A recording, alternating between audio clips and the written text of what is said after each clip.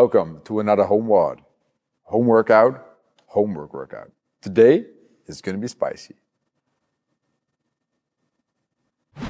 Alright, time to get started on today's warm-up that has 3 movements and 1 new one. Now, I'm going to have Edward and Sval demoing for you guys today. The first movement that we will do is going to be the Kang Squat. Now, for the Kang Squat, I need you to set up your regular squatting stance, and we're going to move like a robot. Alright, let's have a look at it. So we're going to position in their squatting stance. The first thing to do is unlock the knees. Shaboom. They're going to make a good morning, and they're going to pause there. And if you see the torso, it just went forward. From here, you're going to pull yourself into a squat bottom, which means chest goes back up. Beautiful. Back into that good morning bottom. Boom, knees go back, and then stand up all the way. Let's do 2 more reps with that quick pause in there. Good. So I like this sitting back, pushing into the heels, pulling into the squat bottom. Make sure the pressure comes from the heel of the foot back to the middle of the foot. And then we go back into the heel with the knees back and we extend up. Beautiful, guys. Now, even if you have injuries, I really recommend you to do this movement. Just go very, very slow and really keep the pauses in there because it helps you to learn how your body is positioned. Okay, good. Now, our second movement is going to be a combination of 2. We're going to have our set of bottles here. So make sure you have those around. Really little plates, like 2.5 kilo, can also be used. Now what you do here is you're going to make a hinge first. So we're going to set up like we're going to do a row or a lateral raise. Now from there, we're going to have the elbows pulling out and up in line with the shoulder, which is very different from a regular row. Now from here, we're going to extend the arms sideways, hold it for a second, come back down, and then finish the row downwards. Boom, let's do it again. Row, hold, extend, hold, come back down, hold, and position. Let's do 1 more rep for the people at home. So we call this a Chinese row plus a tricep extension. That Chinese row has all to do with the elbow positioning, going in line with the shoulder, instead of a regular row where you stay close to the body. Beautiful. Now, our third movement is going to be brutal, and I stole this one from Ben. We'll probably stole this from somebody else, but I'm not going to get into that, which is going to be us being positioned in a glute bridge first. So what we do here is we set up a glute bridge. We're going to extend our hips by pushing our butt to the ceiling. Now, I need Sval and Edward to slowly walk their feet forward and keep their butt off the floor. Bam, bam, ba-da-ba, bam, bam, bam, bam. Hold it there for 1-2 seconds, and I'll walk it back in. Boom. Keep your hips up, guys. Keep the hips up. Keep the hips up. Good. Hold it for a second. Walk back out. Now, the faster you go with the steps, the more reps you do. It's not about reps here. It's about filling 40 seconds of proper work. Very good, gentlemen. Very good. Now, if this is very hard for you to do, right? You feel that walking is going to kind of help you with the posture. Your hips are sagging down towards the floor. In that case, I just need you to hold the glute bridge. Do a couple of small steps forward. Feel that the hip is still fully extended, and then walk them back in. Play around with the range of motion. The further you go, as in with an inchworm, the harder it'll become. Alright, so we started on the chair, and now we're here. Same as you guys. I need you to come off that thing right now and join us on doing the first round of the warm-up. You guys have to do 3 rounds in total. So you want to set your timer at 9 intervals, 40 seconds of work, 10 seconds of rest. Ed and Sval are ready. We're going to get into this starting off with the Kang Squats for 40 seconds straight. Starting in 10 seconds. I really want you to focus on the torso, right? I need you to be fully lean forward and then fully upright in the squat bottom. 3, 2, 1, good. So every rep, I want you to focus on something. First, it can be the positioning of the torso. The second thing you can really aim for is the pressure in the foot. It's going to be all the way in the back when we hinge, so when we bend from the hip more than from the knee. But when we start bending from the knee more, we're going to shift pressure of the foot all the way into the middle, maybe even a bit more forward. Great job. You can also aim for looking to the floor and then looking forward. That also really helps. You're going to go nice and slow. In a second and third round, you can also play around with the positioning of the feet. Go a little bit more narrow stance or a little bit wider. That is all good for me. We get 5 more seconds before we move on to movement number 2. 3, 2, 1. Now we got 10 seconds of a break, and that's exactly enough to grab your bottles. Here we go. Now we're going to set up in a proper hinge, and we're going to start at Chinese row and tricep extension. Yes. So pull outwards, extend, come back in, lower properly. When you do that Chinese row, I want you to think of the elbow moving out, away from the body, and then suddenly pulling straight up. So I always like to think in pulling a half circle kind of motion there. You pull out and up, in line with the shoulder, and then you throw that extra extension in there of the elbow, which makes the tricep fire as well. Because you move the objects more away from the body after the row, it also becomes harder on the rear delts, stabilizing the bottles, or whatever object you have there. Great exercise. Good for the warm-up though, combining different stuff here. Great job. All right, let's put the bottles down. Let's go on the floor for our final and very difficult movement of today, the glute bridge into Chinese plank walking style. So on the beep, we start in that extended position. Now for the gentlemen, it's very simple. They're going to keep their hips up nice and high. They're going to walk forward. Good.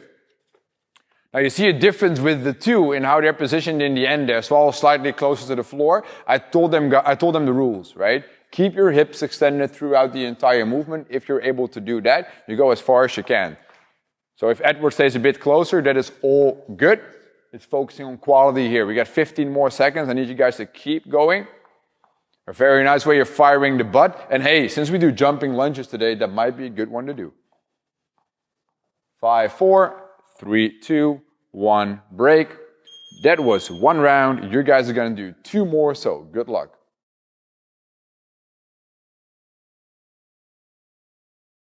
All right, so we're going to get some spine work done here. We're going to focus on toe touches, doing all that spine flexion, that crunching. And then we're going to do the other intervals, alternating with a good Cobra Stretch to get a good hyperextension there. Really stretch out the abs as well at the same time. Great combination of exercises. What we do is 30 seconds of as many toe touches as possible with the idea of maintaining the shoulder blades off the floor throughout the 30-second time frame. 10 seconds of a break and then a 30-second passive Cobra Stretch. I'm saying passive. If you want to move around, that is all good. Now, before we dive right into it, I want you to practice a couple of toe touches while we demo here. So I'm going to have the gentleman here being on the floor. I need them to go on their back, get their legs up towards the ceiling. Now, the first thing to do is they're going to get their shoulder blades off the floor and they're just going to reach upwards. Let's go. A couple of reps here.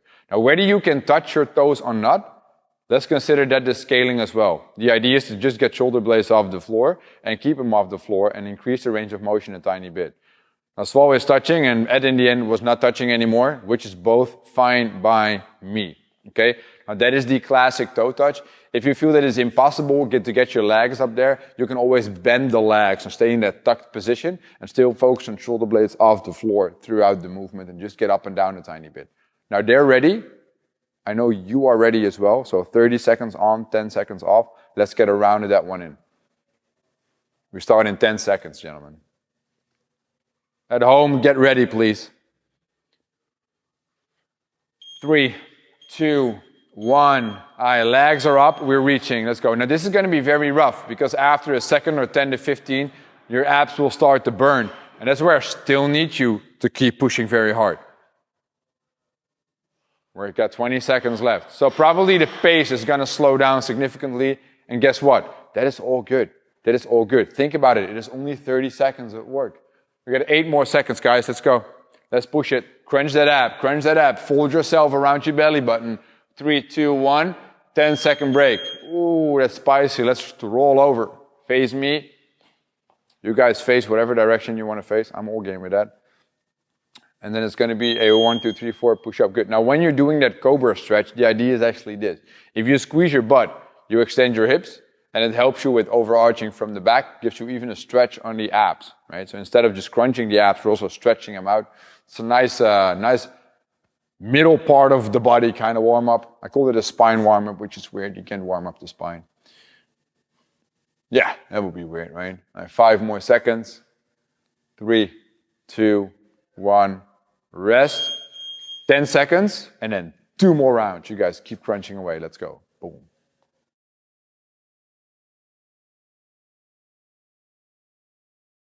So there's a 12-minute AMRAP on the menu today that is going to be pretty damn intense. We're going to combine 3 movements there. First one being the alternating jumping lunge. Second one being the front weights with the bottles. So if you have dumbbells or plates or whatever you have, you can use that. If it's too heavy, it's going to really slow you down. So make sure it is on the light side. We're going to do those races all the way to overhead.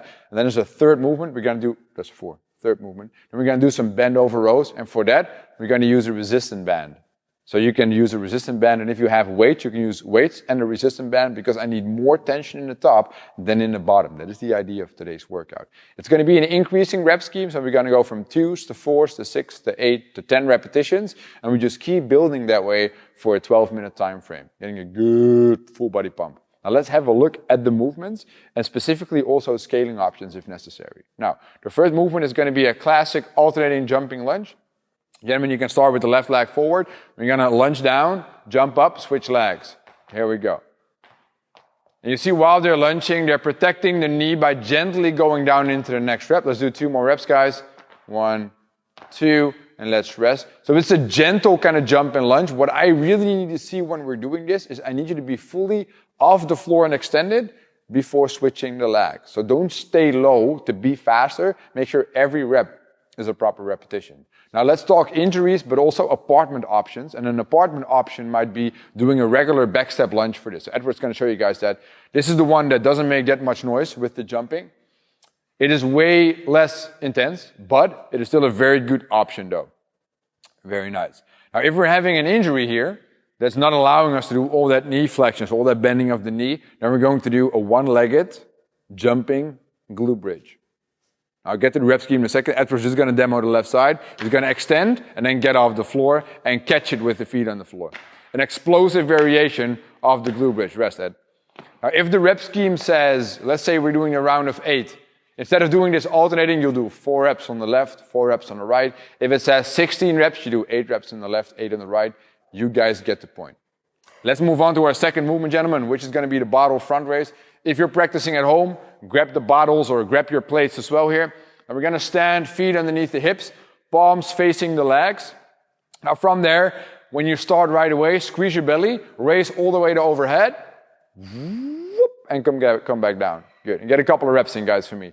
Now what I like at the tempo is they're trying to go at a fast pace here, but they're not just collapsing the bottles back down on their leg. You want to either gently touch the leg or just barely touch the leg or not touch the leg at all on the way down. So at least you're using your shoulders to break the bottles on the way down. Now while they're going up, can you guys stay overhead for me for a second there? And when they're overhead, they're squeezing their belly and their butt to avoid arching, and they're pinching their shoulders down. It's never wrong to work on that, even in an intense workout like this. Let's have a quick break. Let's have a look at Edward. First thing you can do, injury-wise, when scaling this, is decrease range of motion to a regular front raise to shoulder height. Let's see that, Ed. Boom. It's a safer option. It's easier to perform. It still gets you a very good shoulder workout in here. I think that's a great exercise to do. If there's a problem with the front delts or the side delts, we turn this into a rear delt raise. So we're going to make that hinge again. We're going to make that raise to the side. Really long arms, squeezing the shoulder blades together in the end position, but focusing on the palms going away from the body and then lifting upwards. Great job, Ed. Now, for the third movement, we're going to grab our bands here. So when we grab the band, we're going to stand on the band. Swal is going to stand on both sides of the band. Ed's going to stand on one side of the band, which is already a different scaling in level because the tension changes. Now we're going to hinge. And from that position, we're going to start with the elbows close to the body and up and back. And we're going to make bend over rows here. So that's what I want you to think. The elbow moves back and up, utilizing the lats as much as we possibly can and making sure the back stays nice and flat here. A very good bend over row. Now, scaling in level was just grabbing the band lower or looping it like Saul was doing. What Ed's going to show you guys is if you have an injury in the elbow or in the bicep tendon or maybe even the shoulder tendon attaching to the bicep there, which is basically the bicep tendon attaching to the shoulder. That's what I meant. Then we're going to do a crucifix hold with the band, which is racing to the side, and holding the band there. Now, in this position, you're going to be asking yourself, how long should I do this? I want full seconds for every rep. So if you do the round of 2 reps, you do 1, 2. The round of 6 reps, you do 1, 2, all the way up to 6. The round of 20 reps is going to be 20 seconds. Good job, Ed. When you're doing the side lateral crucifix hold, I do need you to keep the shoulders pinched down throughout. Let's get started on the actual workout. I've already explained you guys the rep scheme and the time frame. Sval and Edward are now ready to get started. I hope you guys are ready. Let's get off the couch. Let's do this thing, man. We're starting on a round of 2 here. We go to 4s, we go to 6, we go to 8s, we go to 10s, etc. Starting in 10 seconds.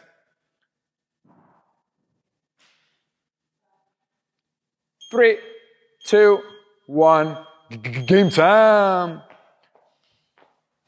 That's a quick first round. That's very easy. That's so fast. Good. Now keep squeezing your abs and your belly, which is the same. So squeeze your butt as well. When you raise the bottles to overhead, here we go. You go step on that band. So that first round is just to get into the flow, get into the transitions as well there before moving on to the second one. And then we go to the round of 4. There we go. I like how they're fully extending and jumping in the air before switching the legs, instead of just switching the legs. Now, Sval is going all the way overhead with the buttocks. Ed is going slightly less range of motion here on the movement because it is too taxing on the shoulder for him and it feels a bit pinchy in there, which is a good scaling option. Sval is standing on the entire band here. It makes it very tough in the end position. It's a rough row. And Ed is holding just the band in one piece there. If you have dumbbells, you can actually do dumbbell rows, but keep standing on the band while doing that for some actual loading in that top position. Great way of overloading the end position of a row here. Here we go. From the round of 4, we move on to the round of 6. And the funny thing is, it's starting off so easy, thinking about, is this all we're doing today? But once you're into this, like 5 minutes, and we're only into this 1 minute 15 now, it's going to become very, very spicy. So they're in the round of 6 right now. Like I said, this is going to take 12 minutes, and they're only in the 2nd minute right now. It's going to become very, very spicy. So let's finish off by having a look at my socks to know how spicy it is, and I'll see you guys next time.